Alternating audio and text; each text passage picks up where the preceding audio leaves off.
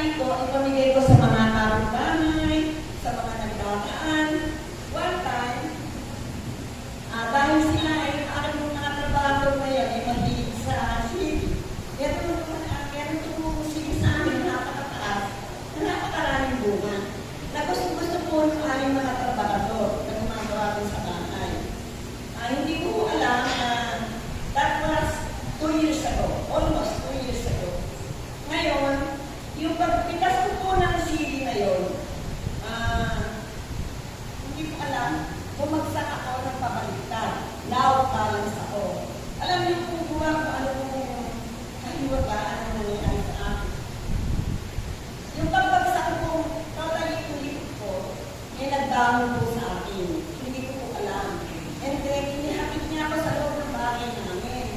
Nakagasa ako pinaupo. Naupo na po ako. Nung panahon na yun, nandun po yung aking doktor, nakawag ko ng home, at saka po yung gusto ko rin nakawag ng home. Online kami kanya. Ngayon, hindi ko po sinabi ko sa dalawa kong anak, ang in-after na ako'y nakaupo na. At siguro kailangan ko nang sabihin dahil magpapagawa ako. Dinala po ako ng ospital, dinala po ako ng PJG. Ngayon, ang nagtataka po kami, mula nung aking tinignan, hanggang CT scan, hanggang 3 beses, ang nakita po sa CT scan, normal. Okay, wala po kahit na ano. Ayaw po ang aking doktor, yung neurosurgeon ko, na ako'y ma-hospital. Pinaupuin na po ako ng una pa na. Sabi ng doktor ko, connected siya sa PKD.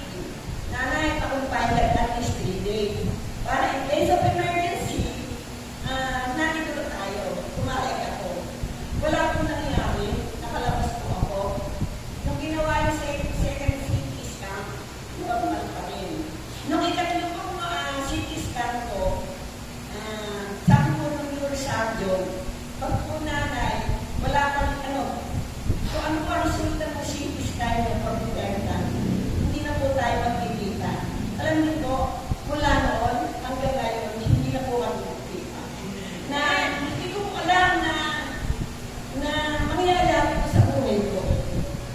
Na alam ko naman na ako naman po ay matasagin, ako naman po ay palabigayin, at lalo na po sa kapilya, hindi po ako masusubukan. Basta na po ako ay meron pera, retired na po ako wala na po akong bills. Nandun po ako nakaalakay ito. So, akin lang na nagkaroon ng COVID-19, hindi ko ako nakita. Dahil nga po sa ayaw kong palabasin ang aking anak. Kaya, mga kapatid, masarap sa buhay ng tao ang tulong, masarap sa buhay ng tao maging mababa, at alam ko, lang tayo pagpapalaki. Hindi niya tayo papabayaan. Kagaya ng, kung ano nakikita niyo sa akin, na ako po ay almost 80 na sa December, siguro bawat isa sa akin na ganito rin po ay pagkakaroon sa akin ng Panginoon. Alam ko na ang Panginoon ang bumabay sa akin, ang Panginoon ang bumuhat sa akin para huwag ako totally matamis. Pero lahat ng sinabi ng aking doktor, sinutin ko. Oo, nakabalik na akong kapitya. Alam niyo po ba na for almost 2 years, hindi ako sumakay ng tricycle. Bawal. Pero ito po ako, ayaw ko nung nagpapahatid sa anak, sumasakay na po ako ng tricycle. At para lang po ako maka-attend dito sa aking service. Wala ko ang pinupunta ng iba, hindi po ako nag-video sa iba. Except, pagdating ng Sunday, kailangan ko na ito sa kapitya. Tama. Ang matotoo sa aking buhay na alam ko po na hindi niya ako gagabayan. Siguro na hindi niya ako magabayan. Siguro po, ang naiisip ko marami ko akong misyon na gagawa ng sa buhay.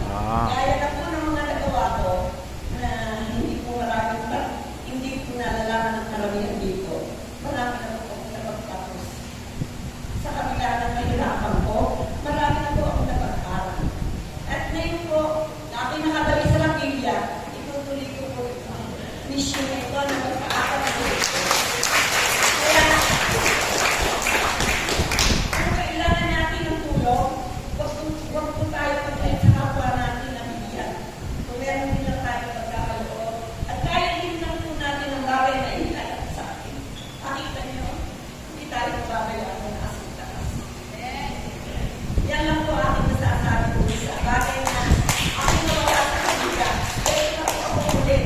Amen.